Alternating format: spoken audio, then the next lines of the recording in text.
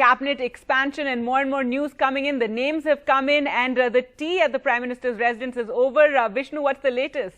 Well, another 4 hours and it should officially be announced. I think there is a great deal of clarity at this stage in terms of the names. There are various lists doing the rounds. Most of these are likely to be inducted.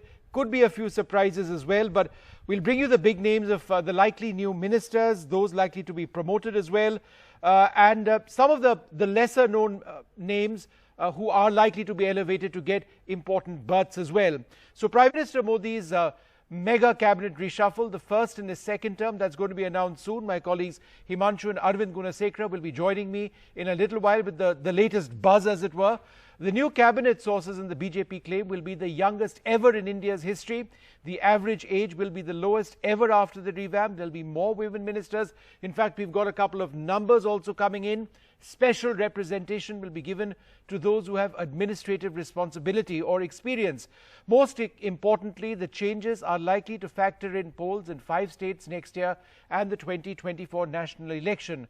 Remember, Uttar Pradesh, it's not just enough for the BJP to look at regional representation, but sub-regional representation in a state as large as Uttar Pradesh. There is representation in other states as well, which are going to the polls. There are a few obvious names, some of them earlier, in fact yesterday, were spotted in temples, others buying kurtas. Perhaps they had a bit of an idea, or they'd been told that they're going to be ministers or going to be elevated to the post of at the center. But there are always some surprises which are expected.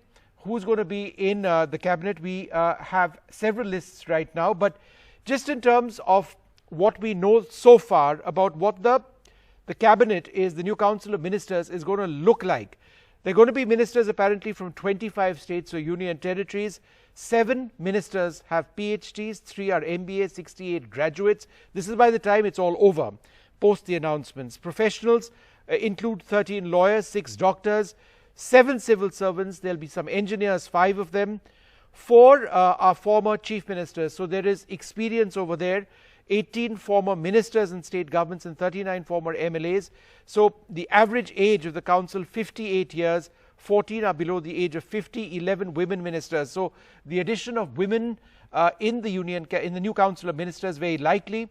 5 minority ministers will be there, as many as 27 OBC ministers, 8 ST ministers, 12 scheduled caste ministers as well. So that gives you a rough idea. Now, obviously, if all of these leaders are going to be accommodated in the council of ministers in some way, shape or form, then there are going to be a few who lose out.